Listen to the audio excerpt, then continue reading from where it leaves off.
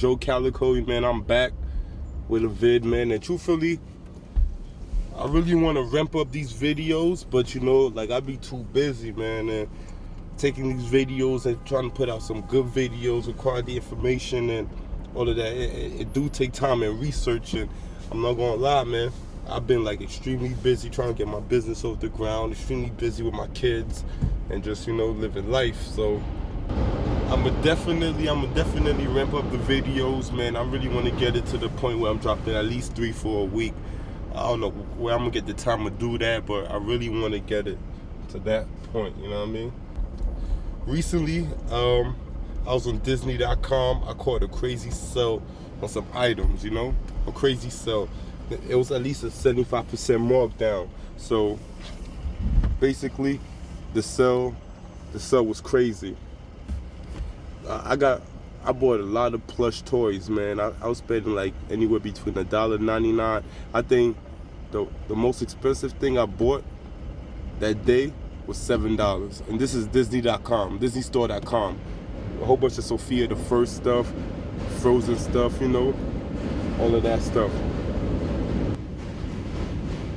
When I first purchased the lot, right? When I first purchased it, of course I did my research. I ran into Amazon.com.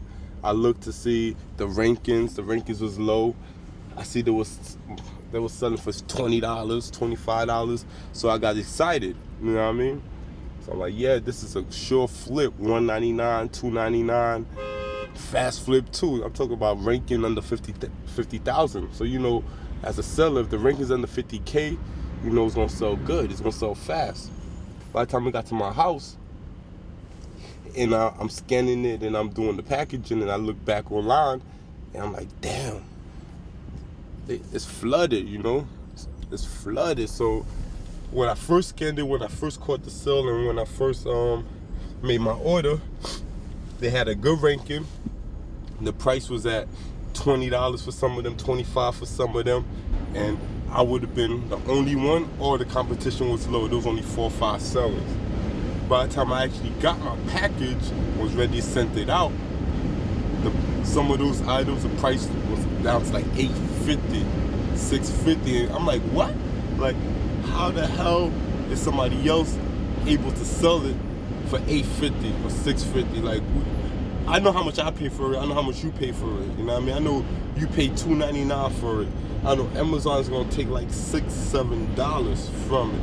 So I don't even understand how people that's on FBA selling items for less than $4. Unless you try and blow it out, that's different. But I mean, like, to buy it and then to put it for so low, online sourcing from all these big box stores is that anybody could get these products. Like I said, when I first sourced it, there was none to FBA. There was none on FBA. Now there's over 50 on FBA. They've drove the price so low, and there's probably like 80 to 100 merchant fulfilled. So there's so much of them. But me, I'm not gonna race with them to the bottom. I'm keeping my price exactly where it's at, $24, $25. I know there's 100 before me. Let them all sell out, and I'm gonna capitalize on that money fourth quarter. That's how I'm thinking about it. But I'm not about to sell it for $8 and make 50 cents profit. This is kind of different. But on another note, I like to sell stuff with a higher ranking, and I'm the only seller, because I feel I do better with stuff like that. Like, I sell books all day for $25, $30, $40, $100, and these books is high in the ranking, 600,000, 700,000.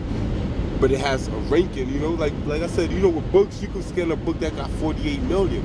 So if you see something that's, 2 million,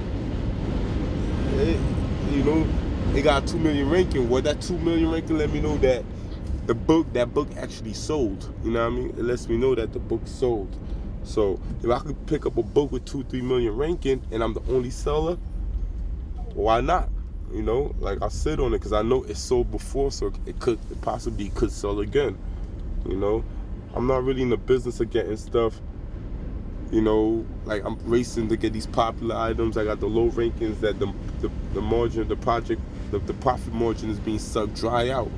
Like I said, I don't really understand how people operate their business, with such margins. And you know, I spend a couple $100 on merchandise. I'm just mad that it's gonna take me longer to turn it over than I anticipated, because when I first bought it, I'm like, yeah, this is a short thing. But now I'm like, this is gonna be a long haul situation.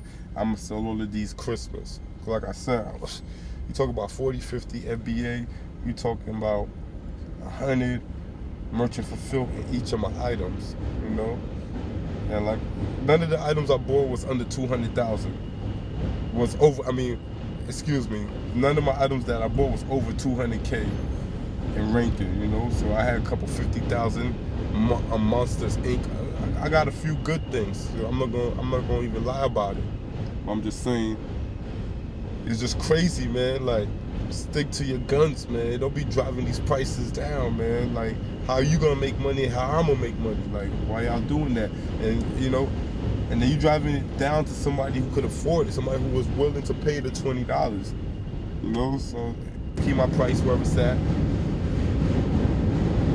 Just stick to my guns, and I think, you know, I'm gonna do good. There's a lot of trains, man. I'm on the Brooklyn Bridge right now, coming out from the heart of New York, Midtown Manhattan. I actually did an interview with Anthony Henderson from Blackish, because, you know, I be doing my videography work. So I don't know, man. I might put some snips on this channel. That's actually for my other channel, my main channel, my main YouTube channel. And don't drive the price down on these products. They gonna sell. Just sit on it. They gonna sell. Don't drive the price down.